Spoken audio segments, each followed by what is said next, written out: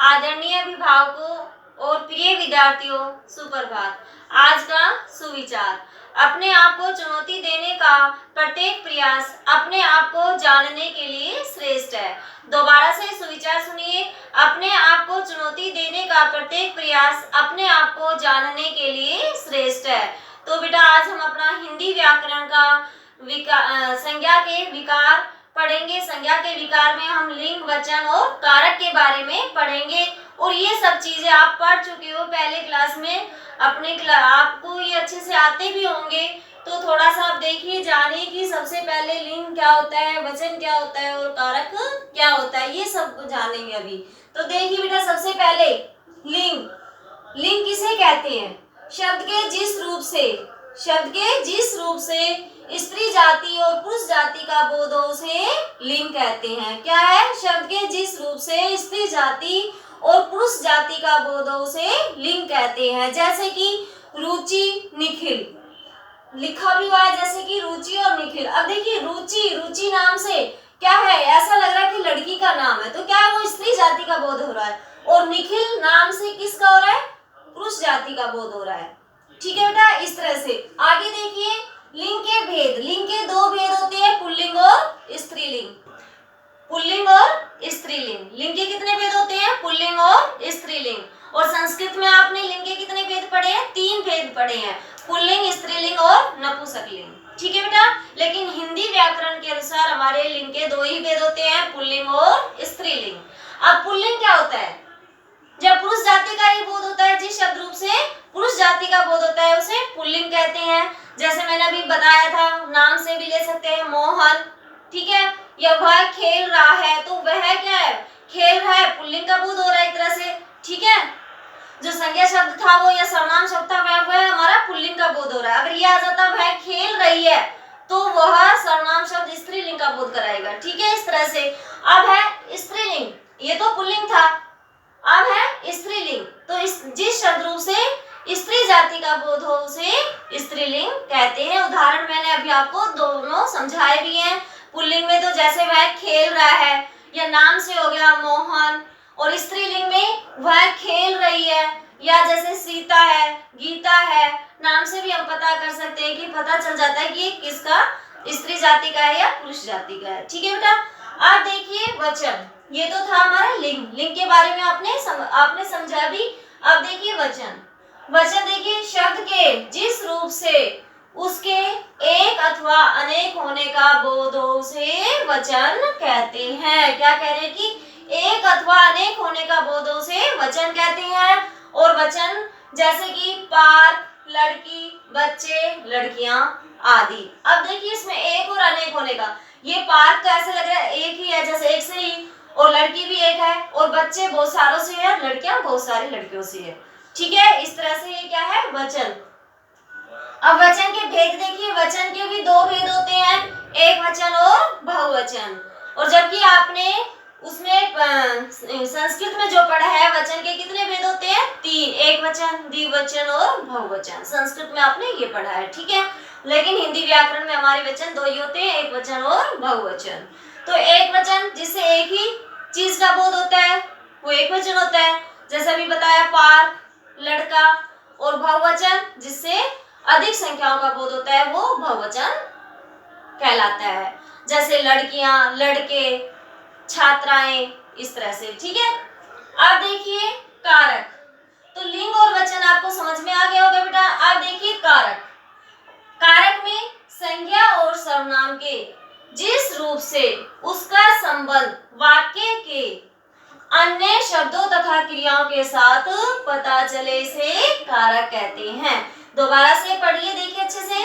संज्ञा और सर्वनाम के जिस रूप से उसका संबंध वाक्य के अन्य शब्दों तथा क्रियाओं के साथ पता चले, इसे कारक कहते हैं। जैसे कि बता देती हूँ, जैसे वह मेरा भाई है। ठीक है, तो वह और मेरा भाई का उसमें संबंध बता रहा है एक तरह से। इस तरह से किस किस में हो गया कि वो अन्य शब्दों में भी संबंध बता रहा है और क्रिया से भी संबंध हो रहा है उसमें। ठीक है, अब देखिए कारक के भेद। कारक के 8 भेद होते हैं। कारक के कितने भेद होते हैं? 8 होते हैं। ये भी आप पढ़ चुके हो, इनके चिन्ह भी आपको मैं बता चुकी हूँ। संस्कृत में भी ये पढ़ा है अभी आपने कारक, और हिंदी में भी पढ़ा है, और ये आपका शुरू से 3rd 4th क्लास से तो शुरू हो ही जाता है कारक भी।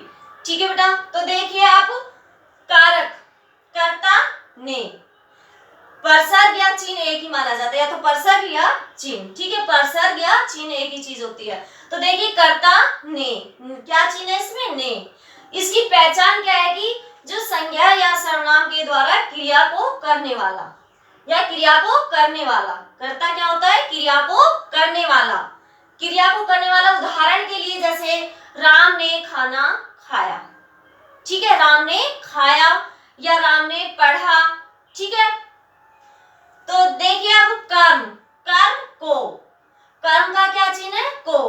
तो देखिए इसमें कर्ता जिस काम को करता है, कर्ता जिस काम को करता है, जैसे मोहन पुस्तक पढ़ता है या मोहन पत्र लिखता है। क्या कर रहा है? वो पत्र लिख रहा है या पुस्तक पढ़ रहा है, किसी काम को कर रहा है। ठीक है, हाँ अब देखिए करण, करण से के द्वारा, ठीक है, से के द्वारा जिस साधन से क्रिया संपन्न होती है।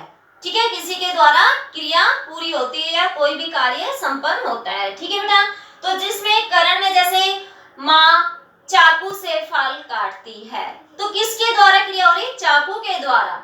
ठीक है, तो इसमें यही जिस साधन से क्रिया संपन्न होती है वो करण कारक की पहचान मानी जाती है, और इसके चिन्ह है से और के द्वारा। ठीक है, आप देखिए संप्रदान, संप्रदान के लिए या को, क्या है चिन्ह? के लिए या को, जिसके हित की पूर्ति क्रिया से होती है, जिसके हित की पूर्ति क्रिया से होती है, या संज्ञा या सर्वनाम जिसको मतलब किसी को कोई दान दिया जाता है या उस किसी के लिए क्रिया की जाती है। ठीक है, जैसे माँ बच्चे को दूध देती है। ठीक है, अब देखिए अपादान, से अलग होने के रूप में, अपादान में क्या है? से अलग होने के रूप में। अब जिससे अलग होने का भाव प्रकट होता है, सीधी सी बात वही है, जैसे कि राम विद्यालय से जाता है या गंगा हिमालय से निकलती है। ठीक है बेटा, आप देखिए आगे संबंध, संबंध का क्या है? का, के, की, ना, ने, नी, इसके और भी चिन्ह होते हैं, रा, रे, री। ठीक है, का, के, की, ना, ने, नी, रा, रे, री, ये किसके? संबंध के चिन्ह है। तो क्रिया को छोड़कर अन्य पद से संबंध बताने वाला क्या है? क्रिया को छोड़कर अन्य पद से संबंध बताने वाला। तो कहने का अर्थ है कि संज्ञा या सर्वनाम का संबंध किसी दूसरे संज्ञा या सर्वनाम से बताने वाला, एक तरह से। जैसे कि हम कह सकते हैं कि वह मेरा छोटा भाई है, या गीता सीता की बहन है। ठीक है बेटा, आप देखिए अधिकरण, अधिकरण में पर, अधिकरण का क्या चिन्ह है? में पर। तो क्रिया के संचालन का अधिकार, या क्रिया कहाँ पर हो रही है, किस जगह हो रही है, किस पर हो रही है, इस तरह से। ठीक है, तो देखिए अधिकरण में जैसे पुस्तक मेज पर रखी है, कहाँ रखी है? मेज पर। ठीक है, इस तरह से। अब है संबोधन, हे अरे, संबोधन में क्या है? हे अरे, जिससे संबोधित किया जाए या जिसको पुकारा जाए। ठीक है, बुलाने के लिए पुकारा जाए या संबोधित किया जाए। ठीक है, जैसे हे राम मेरी रक्षा करो। ठीक है, इस तरह से हमारा ये क्या है बेटा? कारक के भेद थे, और ये कारक के चिन्ह बताए गए हैं, और ये इसकी पहचान भी बता दी है कि इनकी पहचान हम कैसे कर सकते हैं। तो बेटा ये थे लिंग, वचन और कारक, और टॉपिक हमारा था संज्ञा के विकार, जिसमें हमने लिंग, वचन और कारक के बारे में जाना है। और ये आप पहले भी पढ़ चुके हो और आपको समझ में भी आ गया होगा। बहुत ही इजी सा, आसान सा ही आपका टॉपिक था एक तरह से। तो बेटा इनका जो आपका वर्कशीट बना कर दूंगी उसको अच्छे से लिखना है। धन्यवाद।